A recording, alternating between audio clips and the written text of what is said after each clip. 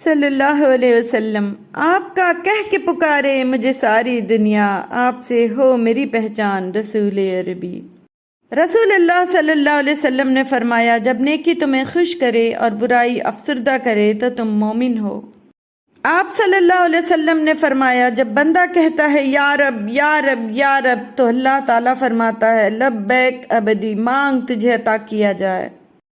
دنیا کی تاریخ میں کوئی کسی کے لیے اتنا نہیں رویا جتنا آپ صلی اللہ علیہ وسلم اپنی امت کے لیے روئے۔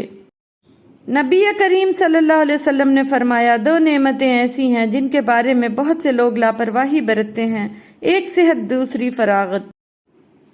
نبی کریم صلی اللہ علیہ وسلم نے ارشاد فرمایا، اپنی اولاد کو 7 سال کی عمر میں نماز سکھاؤ اور جب وہ 10 کے ہو جائیں تو نماز کے لیے ان پر سختی کرو اور ان کے بستر الگ کر دو۔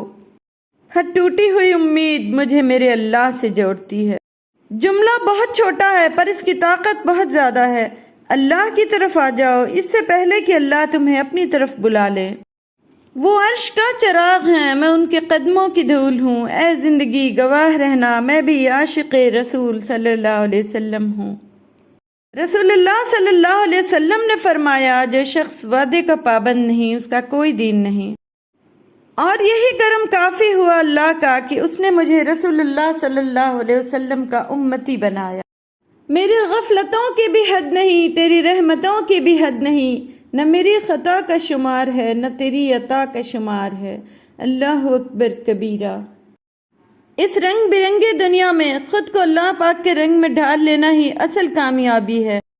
تہجد اللہ پاک کی لاڈلی عبادت ہے، سوچو تہجد گزار اللہ پاک کا کتنا لاڈلا ہوگا۔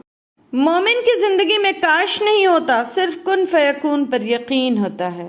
شوق کلام لے گیا موسیٰ کے طور پر، میں کتنا بد نصیب ہوں مسجد نہ جا سکا۔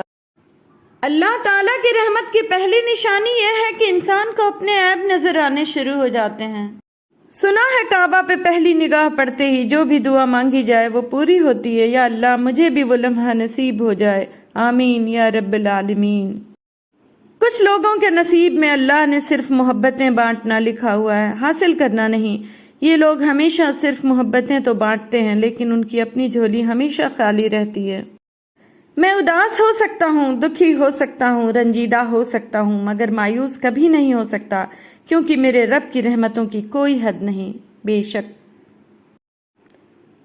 کچھ تو حیا کرو۔ شرابی سمجھتا ہے میں کسی کا کیا بگاڑ رہا ہوں، زانی سمجھتا ہے میں کسی کا کیا بگاڑ رہا ہوں، چور سمجھتا ہے میں کسی کا کیا بگاڑ رہا ہوں، بے نمازی سمجھتا ہے میں کسی کا کیا بگاڑ رہا ہوں، ہر گناہ کرنے والا سمجھتا ہے میں کسی کا کیا بگاڑ رہا ہوں۔ ارے نادان، تیرا اٹھنے والا ہر قدم اس معصوم ہستی محمد رسول اللہ صلی اللہ علیہ وسلم کے سینے پر وار ہے، جس نے اپنی پوری زندگی تیرے لیے روتے روتے گزار دی۔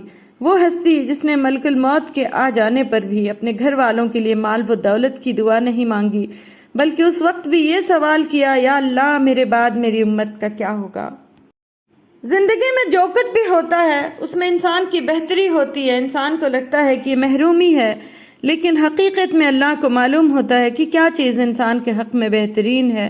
اس لیے کبھی بھی زندگی میں ہمت مت ہاریں، بس اللہ پر یقین رکھنا چاہیے۔ محرومی نہیں ہوتی، وہ حق میں بہتری ہوتی ہے، اور پھر اللہ چاہتا ہے تو بہترین عطا کر دیتا ہے۔ اللہ کبھی بھی دوسرا دروازہ کھولے بغیر پہلا دروازہ بند نہیں کرتا۔ اللہ فرماتا ہے، ہو سکتا ہے ایک چیز تمہیں ناگوار گزرے اور وہی تمہارے لیے بہتر ہو، اور ہو سکتا ہے کہ ایک چیز تمہیں پسند ہو اور وہی تمہارے لیے بری ہو۔ اللہ جانتا ہے، تم نہیں جانتے۔ بھول جاؤ کہ تم کون ہو، بس یہ یاد رکھو کہ تمہارا رب کون ہے۔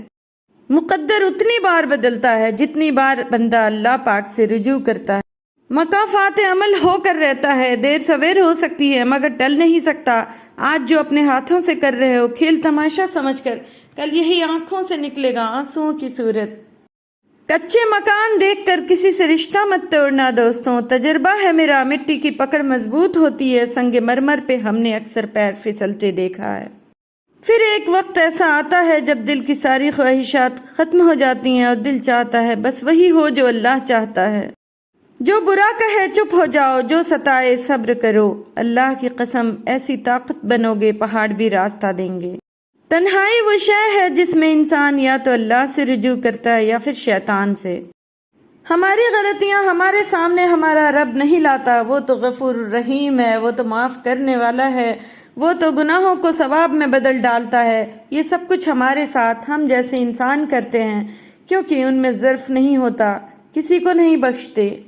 نشان سجدہ دیکھ کر غرور نہ کر، وہ نیتوں سے نتیجے نکال لیتا ہے۔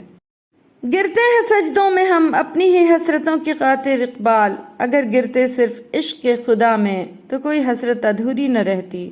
ہمارے معاملات ہمارے اختیار میں نہیں ہوتے، مگر اطمینان رکھیں کہ جس کے اختیار میں ہوتے ہیں وہ بڑا رحیم اور کریم ہے۔ سر اٹھا کر بھی دعا مانگنا جائز ہے، مگر سجدہ کر لیجئے، تاثیر بدل جائے گی۔ اور سجدے میں جا کر اللہ سے بات کی تو پتہ چلا کہ وہ آزمائے گا مجھے دنیا کی ہر محبت دکھا کر، اور پوچھے گا بتا کون ہے تیرا سوائے میرے۔ رسول اللہ صلی اللہ علیہ وسلم نے ارشاد فرمایا، جب اللہ کسی بندے کو پسند کرتا ہے تو اس پر خوب آزمائش ڈالتا ہے۔ تم چاہ بھی نہیں سکتے اگر اللہ نہ چاہے۔ اللہ کو بہت پیارے ہیں وہ لوگ جو سخت مشکل میں صرف اور صرف اللہ سے مدد مانگتے ہیں، اور تمہارے چاہنے سے کچھ نہیں ہوتا جب تک اللہ نہ چاہے۔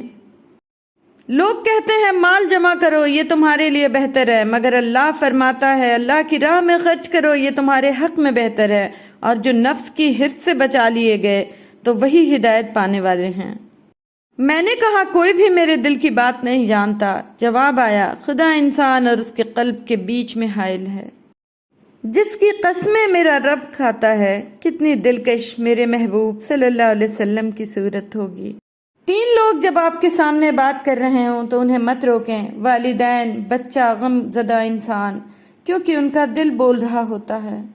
بعض رشتوں کے نام نہیں مقام ہوتے، آج مذاق ہوں جن کے لیے، کل ان کے لیے مثال بھی بنوں گی۔ خود کو بدلنا سیکھو، سال تو ہر سال بدل جاتا ہے۔ وہ کن فرماتا ہے اور چیزیں ہو جاتی ہیں، گمان سے آگے، بیان سے باہر۔ خاموشی ایک ایسی عبادت ہے، فرشتہ اسے لکھ نہیں سکتا، شیطان اسے بگاڑ نہیں سکتا، اور اس رب کے سوا اسے کوئی جان نہیں سکتا۔ ہماری خواہشیں دل کے باغیچے میں اڑتی وہ تتلیاں ہیں جن کے رنگ کچے اور عمریں مختصر ہیں۔ لوگوں کی باتیں پتھروں کی طرح ہیں، پیٹھ پر لادو گے تو یہ پیٹھ ٹوٹ جائے گی، ان کو اپنے قدموں تلے ایک پل بنا لو تو ان پر چڑھ کر بلند ہوتے جاؤ۔